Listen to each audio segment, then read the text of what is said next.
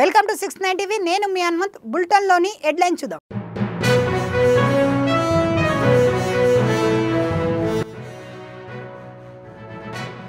మేడిపల్లిలో హైడ్రా కూల్చివేతలు. హైడ్రా ఎంట్రీతో కాలనీ వాసులకు విముక్తి.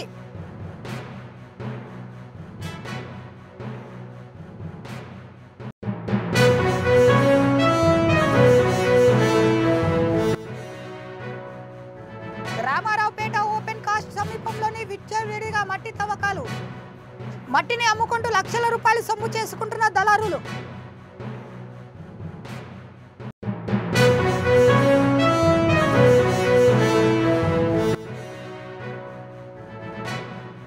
ఉమ్మడి కరీంనగర్ వ్యాప్తంగా అకాల వర్షాలు. రహదారులు జలమయం, ధాన్యం నీటిపాలు.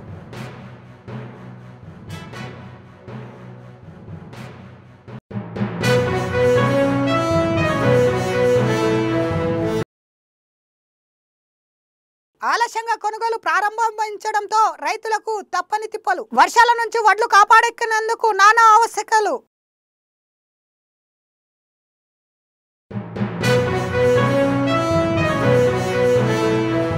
ఖరీఫ్ సంసిద్ధతపై వ్యవసాయ అనుబంధ శాఖల ఉన్నత స్థాయి అధికారులతో పాటు అన్ని జిల్లాల అధికారులు, రాష్ట్ర వ్యవసాయ, సహకార, మార్కెటింగ్, పశుసంవర్ధన మరియు మత్స్యశాఖ మంత్రి కింజరపు అచ్చెన్నాయుడు రాష్ట్ర సచివాలయం నుంచి సమీక్ష నిర్వహించారు.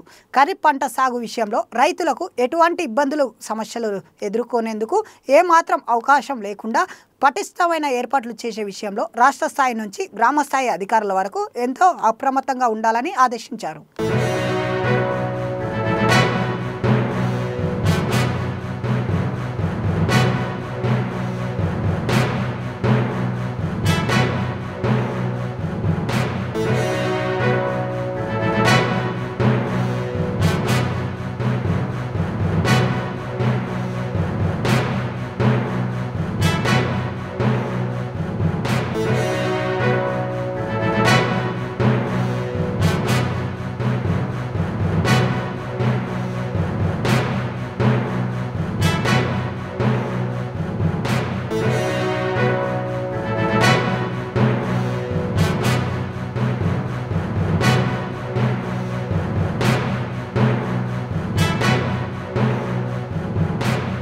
ఉగ్రవాదాన్ని సమూలంగా నిర్మించేందుకు నరేంద్ర మోడీ నాయకత్వంలో కేంద్ర ప్రభుత్వం లక్ష్యంగా పనిచేస్తుందని కేంద్ర హోంశాఖ సహాయ మంత్రి బండి సంజయ్ కుమార్ తెలిపారు.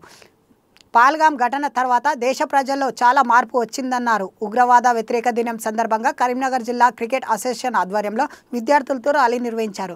ర్యాలీని కేంద్ర బండి సంజయ్ జెండా ఊపి ప్రారంభించారు. విద్యార్థులతో పాటు ఉగ్రవాదాన్ని వ్యతిరేకంగా ప్రతిజ్ఞ చేశారు. ఉగ్రవాద నిర్మూలన కోసం జరిగే యుద్ధంలో అవసరమైతే సామాన్య ప్రజలు కూడా పాల్గొనేందుకు సిద్ధమవ్వాలని తెలిపారు.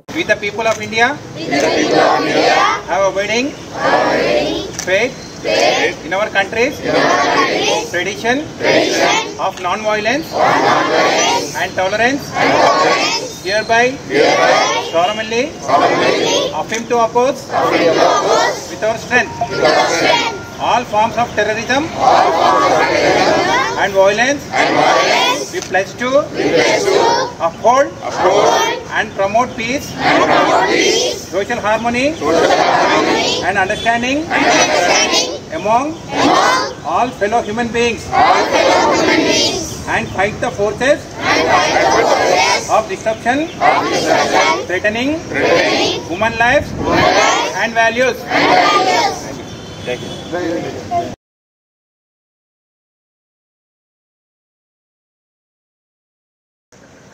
भारत माता की जय। भारत माता की जय। भारत माता की जय। भारत माता की। యాంటీ టెర్రరిజం డే సందర్భంగా కరీంనగర్ డిస్ట్రిక్ట్ క్రికెట్ అసోసియేషన్ ఆధ్వర్యంలో ఈరోజు ఈ కార్యక్రమాన్ని ఏర్పాటు చేయడం చాలా సంతోషం.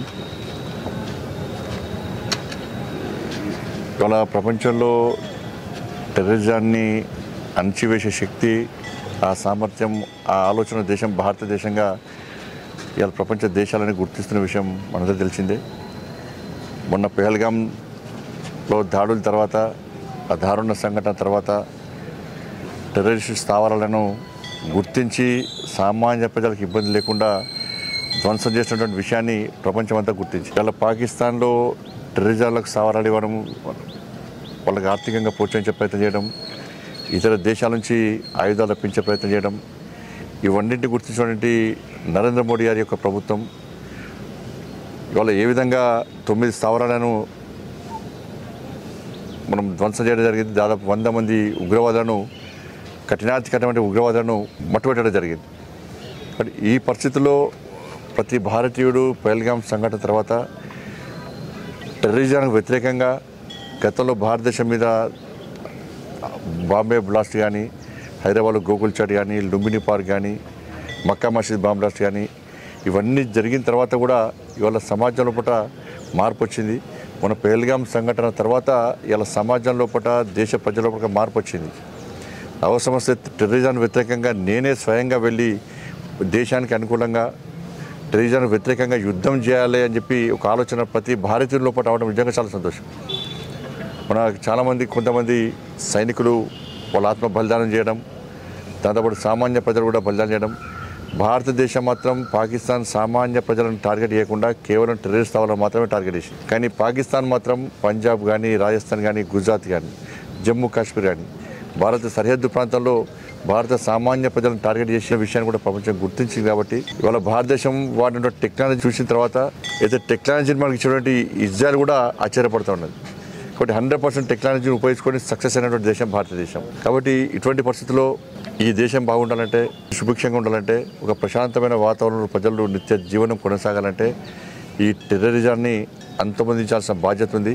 నరేంద్ర మోడీ గారి నేతృత్వంలో, వారి యొక్క ఆదేశం మేరకు, అమిత్ షా గారి సారథ్యంలో టెర్రరిజాన్ని ఎక్కడికక్కడ అణిచివేసే ప్రయత్నం ఇలా కేంద్ర ప్రభుత్వం చేస్తున్నది. ఎక్కడ కూడా సామాన్య ప్రజలకు ఇబ్బంది కాకుండా ఈ దేశాన్ని రక్షించే ప్రయత్నం ఇలా కేంద్ర ప్రభుత్వం చేస్తున్నది.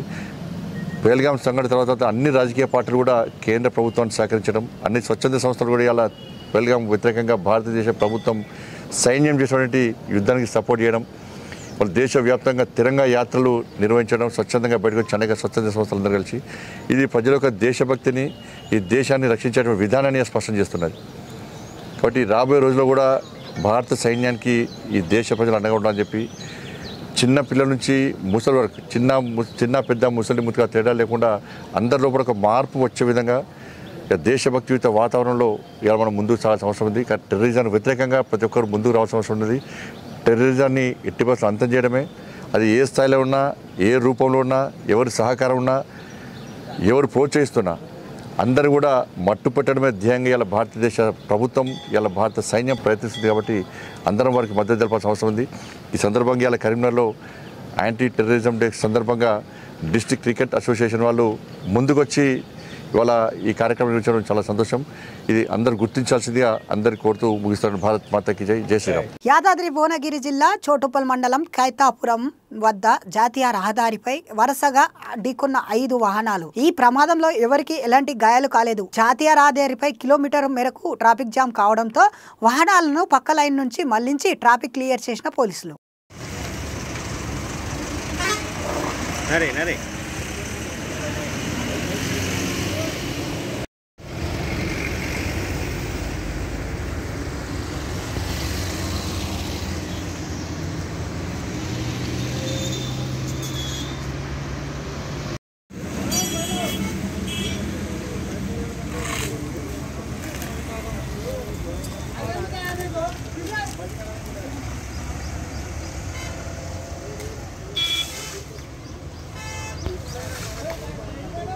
అక్రమ నిర్మాణాలపై ప్రజల నుంచి వస్తున్న ఫిర్యాదుపై హైడ్రా అధికారులు వేగంగా స్పందించారు. ప్రజలు హైడ్రాకు ఫిర్యాదు చేస్తున్నారని, దీంతో హైడ్రా అధికారులు ఆయా అక్రమాలను కూల్చివేస్తున్నారు. తాజాగా మేడ్చల్ జిల్లా మేడ్పల్లి మండలం ఫిర్యాదుగూడ మున్సిపల్ కార్పొరేషన్ పరిధిలోని బుధవారం ఉదయం సేజ్ స్కూల్లో హైడ్రా కూల్చివేతలు చేపట్టాయి. మేడ్పల్లి RAR కాలనీలోని సేజ్ స్కూల్ యాజమాన్యం హైదరాబాద్ వరంగల్ హైవే లింక్ రోడ్డును ఆక్రమించి నిర్మాణాలు చేపట్టింది.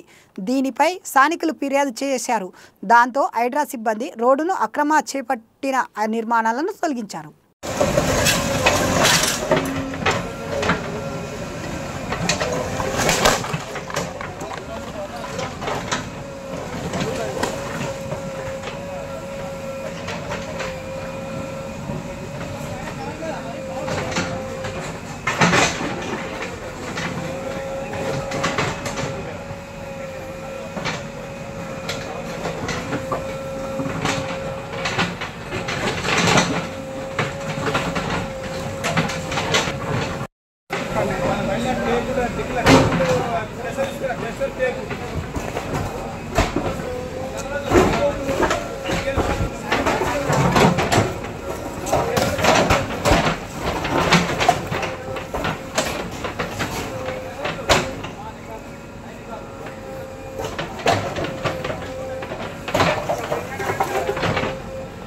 హయత్ నగర్ పోలీస్ స్టేషన్ పరిధిలోని కుంట్లూరులో ఘోర రోడ్డు ప్రమాదం జరిగింది. ఎదురుగా వస్తున్న డీసీఎం ను కారు వేగంగా ఢీకొంది. ఘటనలో ముగ్గురు అక్కడక్కడనే మృతి చెందారు. మరొకరికి పరిస్థితి విషమంగా ఉండడంతో హాస్పిటల్కి తరలించారు. కారులో ఇరుకపోయిన మృతదేహాలను పోలీసులు గడ్డపారత సాయంతో బయటకు తీశారు. మృతులు అదే గ్రామానికి చెందిన యువకులు కావడంతో ఆ గ్రామంలో తీవ్ర విషాదాలు నెలకొన్నాయి.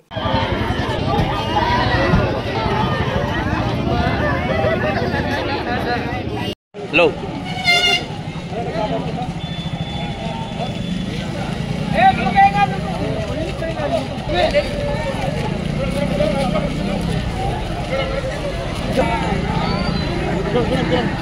ఓ లాఠీలు లేవు ఏం లేవు మీ వాళ్ళ దగ్గర జరగమంటే ఎడ జరుగుతున్నాడు.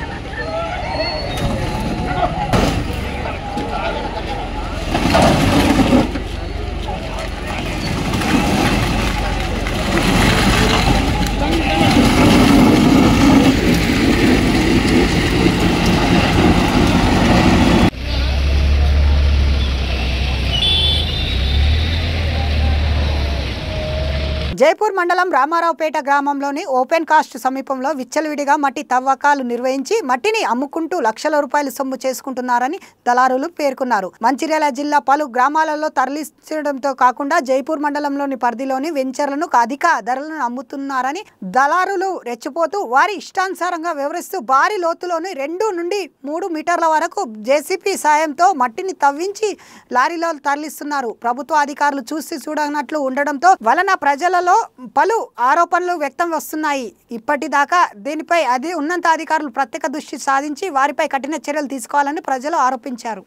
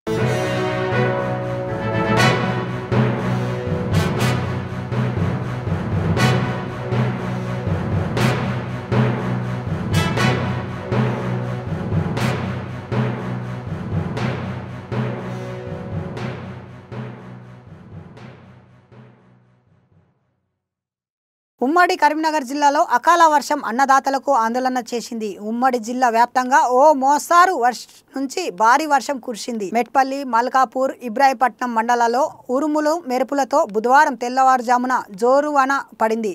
మెట్పల్లిలో రహదారి జలమలమయ్యాయి.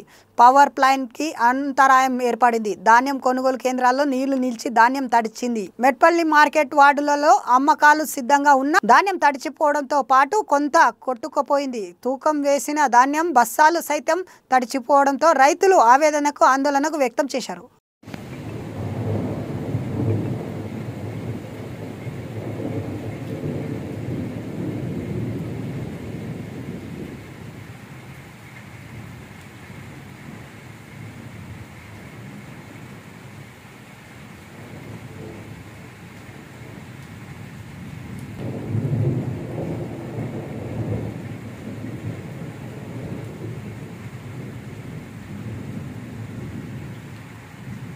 నిర్మల మండలంలోని పలు గ్రామాలలో ఉరుములు మెరుపులతో భారీ వర్షం కురిసింది. వడ్లపై తాత్పత్రులు కప్పి ఉన్న దృశ్యాలు ఈ కొనుగోలు కేంద్రాల్లోనిది. ఈసారి మాత్రం ఇప్పటికీ వరకు కేవలం 7,200 క్వింటాలు మాత్రమే సేకరించింది. ఈ ఏడాది దాదాపు 15 రోజులు ఆలస్యంగా కొనుగోలు కేంద్రాలు ఏర్పాటు చేయడంతో రైతులు సకాలంలో ధాన్యాలను అమ్మలేకపోతున్నారు. ప్రస్తుతం అకాల వర్షంతో ధాన్యాలు తడవకంటే కాపాడుకునేందుకు కష్టాలు పడుతున్నారని ఆందోళన చేశారు.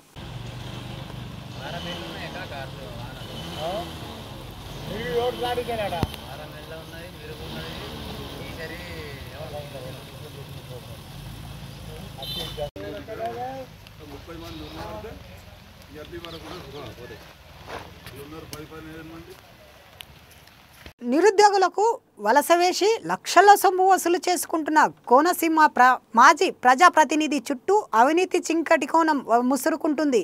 మాజీ ఎంపీ పేరుతో నిరుద్యోగులకు వలస వేసి మాజీ ఎంపీ పేరుతో ఆమె దగ్గర సెక్రటరీగా పనిచేస్తున్న చరణ్ అనే వ్యక్తి కీలక సూత్రధారిగా అని చరణ్ ప్రస్తుతం హైదరాబాద్లో ఉంటున్నట్లు తెలుస్తుంది. కోనసీమ మాజీ ప్రజాప్రతినిధి పాత్రపై ఆరా తీయగా రాజోలు పోలీస్ స్టేషన్లో కంచె శ్రీకాంత్, కోమెల చరణ్, మారబోయిన రాంబాబుపై కేసులు నమోదు చేశారు. ఓఎన్సీ, హెల్త్ కేర్ మరియు వివిధ శాఖల్లో ఉద్యోగాలు ఇప్పిస్తామని నమ్మించారు. తాజాగా మంత్రి లోకేష్ కు గ్రీనిల్లో బాధితులు ఫిర్యాదు చేశారు. సార్ నా పేరు చవాకుల రామలాల్ అండి. మాది మల్కీపురం అండి.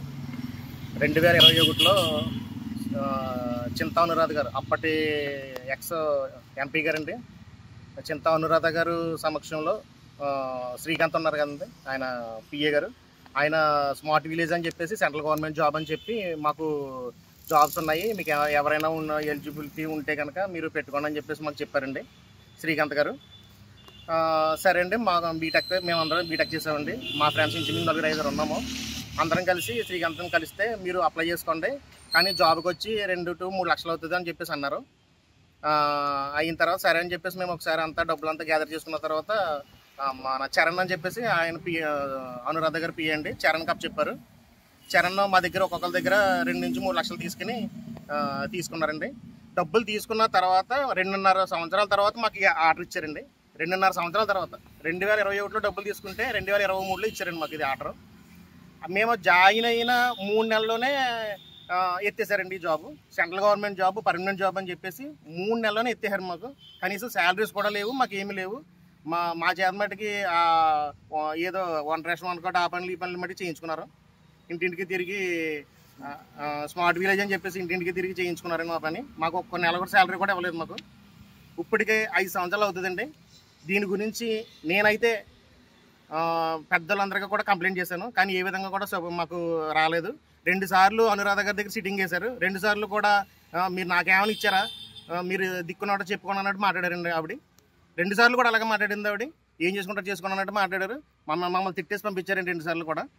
నెక్స్ట్ ఇప్పుడు జగన్మోహన్ రెడ్డి వచ్చినప్పుడు కూడా నేను లెటర్ ఇచ్చానండి ఆయనకి. లెటర్ ఇచ్చినా సరే మాకు ఏ విధమైన రెస్పాండ్ లేదు. మేము ఇప్పుడు ఈరోజు మేము లోకేష్కి కానీ, డిప్యూటీ సీఎం పవన్ కళ్యాణ్ గారికి కానీ, చంద్రబాబు నాయుడు కానీ అందరం కలుద్దాం అనుకుంటున్నాం. కంప్లైంట్ చేసామండి ప్రజెంట్. దీనికి మాకు న్యాయం చేయవలసిందిగా కోరుతున్నాం. నా పేరు కొండమండ దుర్గాప్రసాద్. నేను మాది డాక్టర్ బిఆర్ అంబేద్కర్ కోనసీమ జిల్లా పాసల్పూడి. అప్పటి గత ప్రభుత్వంలో వైసీపీ హయాంలో ఎక్స్ ఎంపీ గారు అయినటువంటి చింతా అనురాధ గారి ద్వారా మేము ఎంతమంది అయితే ఉన్నామో అంతమంది నిరుద్యోగులు అందరూ కూడా డిగ్రీ క్వాలిఫై అయినటువంటి అందరూ అర్హత ఉన్నటువంటి వారే. అప్పుడు మేము జాబ్ కోసం వెయిటింగ్లో ఉంటే ఇలా ఓఎన్జీసీ పరంగా అప్పటి చింతా అనురాధ గారు ఒక్కొక్కరి క్యాండిడేట్ దగ్గర నుంచి 2-3 లక్షలు సహచరులైనటువంటి పిఏ వారు ఎవరైతే ఉన్నారో వాళ్ళందరూ కూడా ఒక్కొక్కరి దగ్గర క్యాండిడేట్ దగ్గర నుంచి 2-3 లక్షలు వసూలు చేయడం జరిగింది. ఎన్నోసార్లు ఆఫీస్ చుట్టూ తిరిగాము. వెళ్ళి అప్పటి ఎంపీ అనురాధ గారి సమక్షంలో మాట్లాడడం జరిగింది. మీ అందరికీ కూడా న్యాయం చేస్తామని హామీ ఇచ్చారు. హామీ ఇవ్వడమే తప్ప వాళ్ళ దగ్గర నుంచి మాకు ఎటువంటి రెస్పాండ్ అనేది లేదు. అప్పుడు ప్రభుత్వంలో మొత్తం ఉన్నటువంటి వారందరూ వెళ్ళాము, రెస్పాండ్ లేదు. కానీ ఇప్పుడు ప్రభుత్వం మారింది. ఇది కనుక సాల్వ్ కాకపోతే, సమస్య కనుక పరిష్కారం కాకపోతే మేము డిప్యూటీ సీఎం పవన్ కళ్యాణ్ గారి దగ్గర కానీ, అలాగే లోకేష్ దగ్గరికి కానీ వెళ్ళడం అనేది జరుగుతుంది. మాకైతే మాత్రం న్యాయం జరగాలని కోరుకుంటున్నాము. అందరూ కూడా ఇది ఇంకా అపాయింట్మెంట్ ఆర్డర్ అనేది దాదాపుగా మాకు అప్పట్లో అయితే సెంట్రల్ గవర్నమెంట్ జాబ్ అని చెప్పారు 2021లోనే. ఇప్పటికి 5 సంవత్సరాలు అవుతుంది. 5 సంవత్సరాలు మేము కట్టిన 2 లక్షలు కట్టాము. ఇప్పుడు కూడా ఇంట్రెస్ట్ అనేది కడుతూనే ఉన్నాము. ఆ లోన్కి సంబంధించి మాకు తక్షణమే న్యాయం చేయాలని మేము ఇక ఈ సమక్షం ద్వారా మేము కోరుకోవడం అనేది జరిగింది. నా పేరు మూర్తి అండి. నేను కోనసీమ జిల్లా అంబేద్కర్ కోనసీమ జిల్లా మూలిగిపల్లి గ్రామం. అయితే మేము పోస్ట్ గ్రాడ్యుయేషన్ చేసి ఉన్నామండి. అయితే మేము అప్పుడు గత ప్రభుత్వంలో జాబ్ సెలక్షన్స్ కోసం తిరుగుతూ ఉన్నటువంటి టైంలో మాకు ఎంపీ గారి గత ప్రభుత్వంలో ఎంపీ గారు చింతా అనురాధ్ గారు పిఏ దగ్గర నుంచి మనకి కాల్ రావడం జరిగింది. అయితే అది ఇలా సెంట్రల్ గవర్నమెంట్ సంబంధించినటువంటి స్మార్ట్ విలేజ్ సంబంధించినటువంటి జాబ్స్ ఉన్నాయి, మీకు ఏమైనా అవకాశం ఉంటే యూటిలైజ్ చేసుకోండి అని చెప్పేసి మనకు చెప్పడం జరిగింది. అయితే మేము జాబ్ లేనటువంటి పరిస్థితి కాబట్టి మేము కొంచెం ఇంట్రెస్ట్తో వెళ్ళి వాళ్ళని కలిసి అక్కడ అప్లై చేసుకోమంటే అప్లై చేసుకుని మరి ప్రతి పోస్ట్కి కూడా కొంత అమౌంట్ అని చెప్పేసి ఫిక్స్ చేసి ఇలా డబ్బులు తీసుకోవడం జరిగింది. సుమారుగా 2 నుంచి 3 లక్షల వరకు కూడా తీసుకున్నారు ప్రతి ఒక్కరి దగ్గర కూడాను. సరే మనకు జాబ్ వస్తుంది కదా అని ఎంతో ఆశపడ్డాము. కానీ ఏదో ఫేక్ లెటర్స్ సంబంధించినటువంటి ఒక అపాయింట్మెంట్ ఆర్డర్స్ అయితే మాకు ఇచ్చారు. అప్పుడు 1,50,000 ఇచ్చానండి నేను.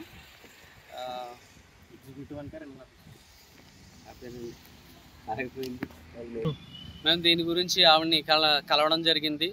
మరి మాకు న్యాయం చేయమని చెప్పేసి ఆవిడ చాలాసార్లు మీట్ అవ్వడం జరిగింది. ఆవిడ చూస్తా అని చెప్పేసి అన్నారు.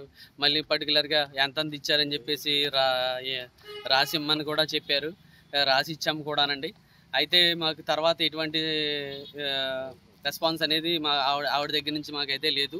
అయితే చాలా మేము ఆవిడ నుంచి అందరం కూడా మోసపోయాం.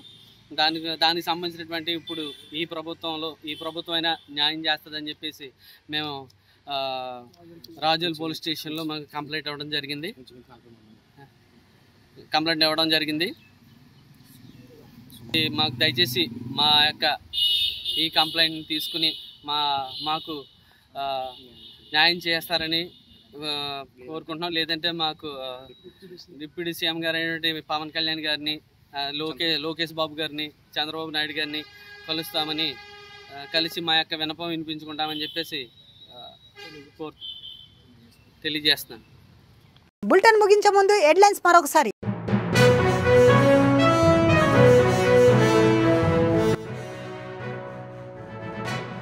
మేడిపల్లిలో హైడ్రా కూల్చివేతలు, హైడ్రా ఎంట్రీతో కాలనీ వాసులకు విముక్తి.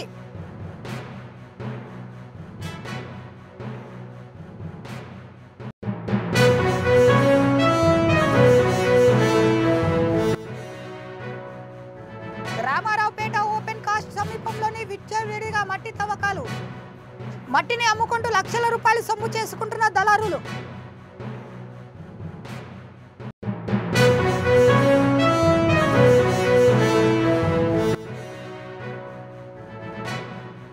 ఉమ్మడి కరీంనగర్ వ్యాప్తంగా అకాల వర్షాలు, రహదారులు జలమయం, ధాన్యం నీటిపాలు.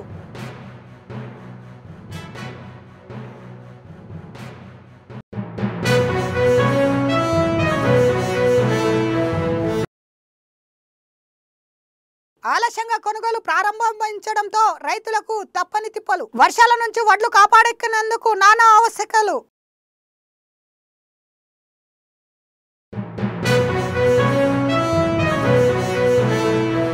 మరిన్ని అప్డేట్స్ కోసం చూస్తూనే ఉండండి 69 టీవీ తెలుగు.